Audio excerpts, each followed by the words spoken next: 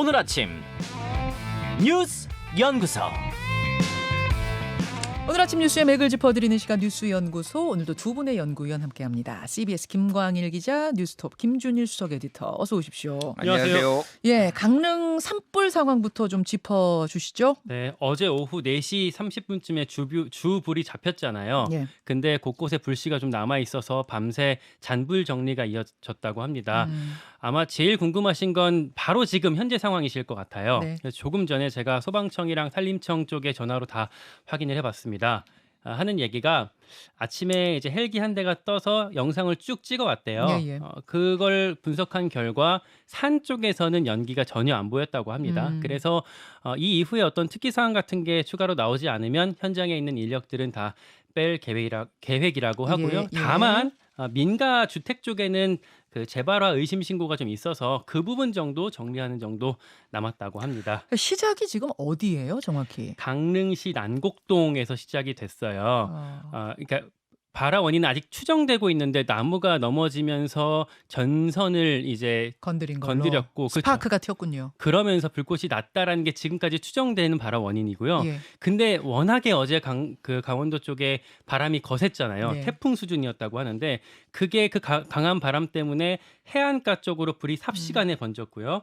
그러면서 진화를 해야 되는데 보통 산불은 헬기가 많이 하잖아요. 네. 근데 헬기가 강풍이 너무 세서 뜨기 어려울 정도 상황이었고 그렇죠.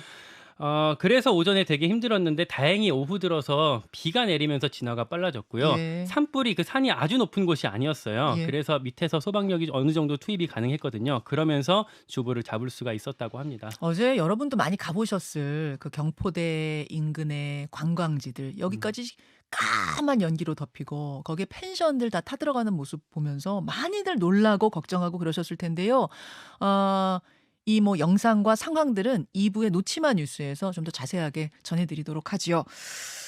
그다음 뉴스는 뭐죠? 상당수가 위조됐다. 예, 도청 의혹과 관련해서 대통령실이 공식 입장을 내놨습니다. 어제 오전에 입장문을 냈습니다. 예, 핵심 포인트 두 가지가 있어요. 하나는 문건의 상당수가 위조됐다. 그리고 요거를 어제 한미 양국의 국방장관이 통화했는데 견해가 일치됐다라는 게 하나의 포인트였고요. 예. 두 번째가 도감청 의혹은 터무니없는 거짓임을 명백히 밝힌다. 정확히는 용산 대통령실에 대한 도감청 의혹은 거짓이다. 이런 식으로 밝혔습니다. 문건에 들어있는 뭐 우리와 관련된 내용은 위조, 그리고 대통령실 도감청이란 건 있을 수 없다.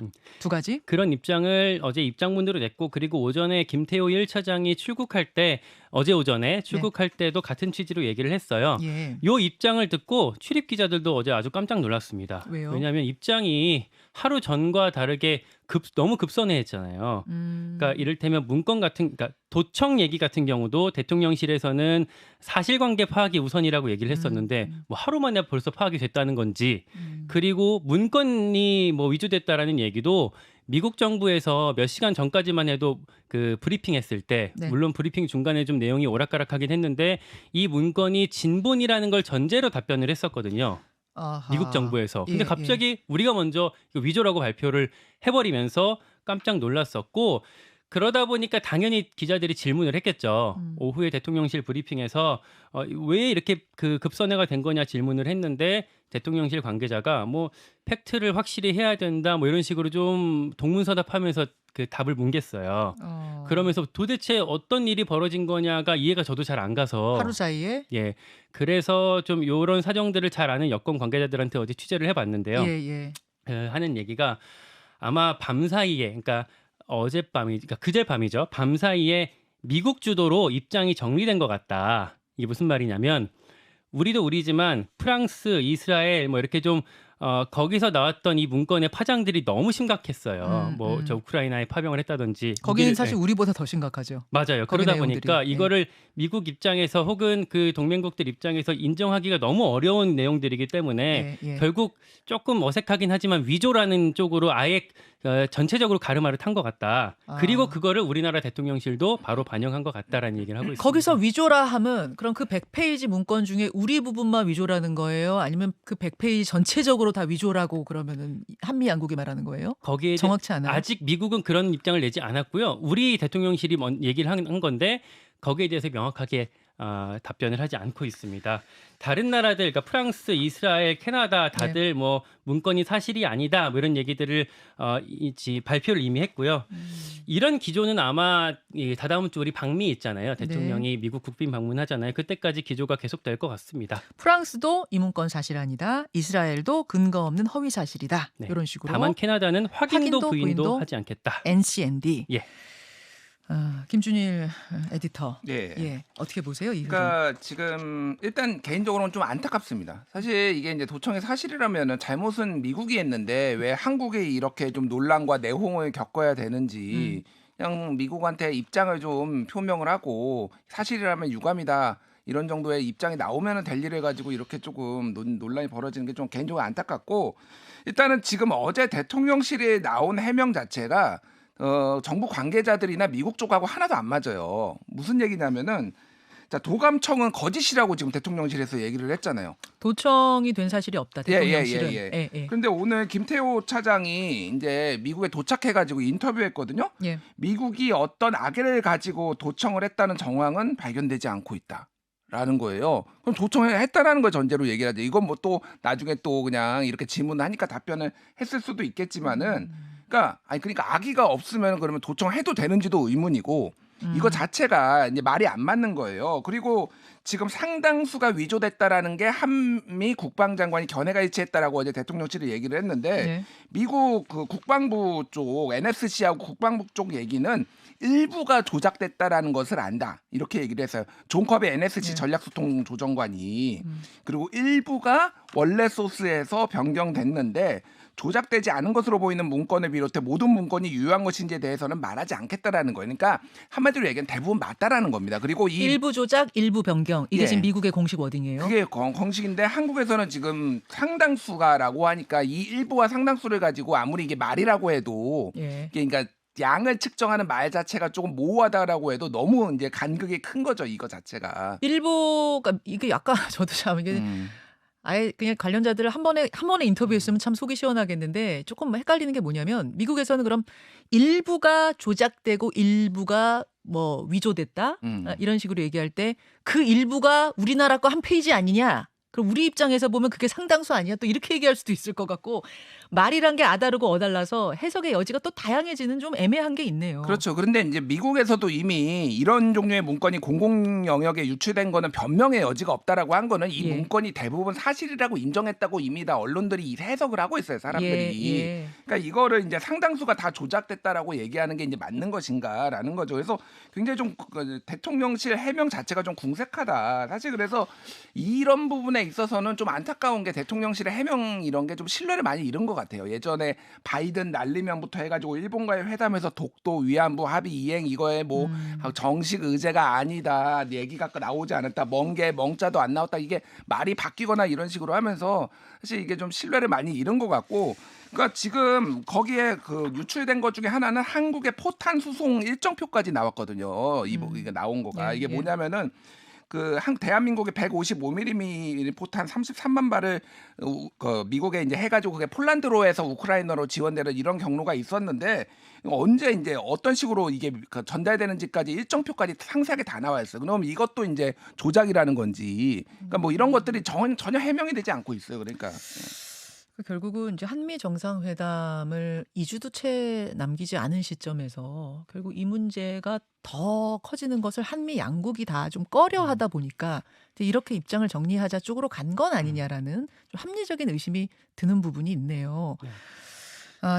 덧붙일 말씀 있습니까? 그리고 이제 그전에 그런 기대가 살짝 있었잖아요. 이런 이슈를 어떻게 우리가 지렛대로 활용해서 정상회담에서 뭔가 좀 더 얻어낼 수 있지 않을까라는 일말의 기대가 있었는데, 이게 이제 문건도 가짜고 도청도 이제 아니라고 그 입장이 나오면서 그런 것들을 내세워서 거래를 하는 건 사실상 좀 어렵게 됐다고 볼 수가 있겠습니다.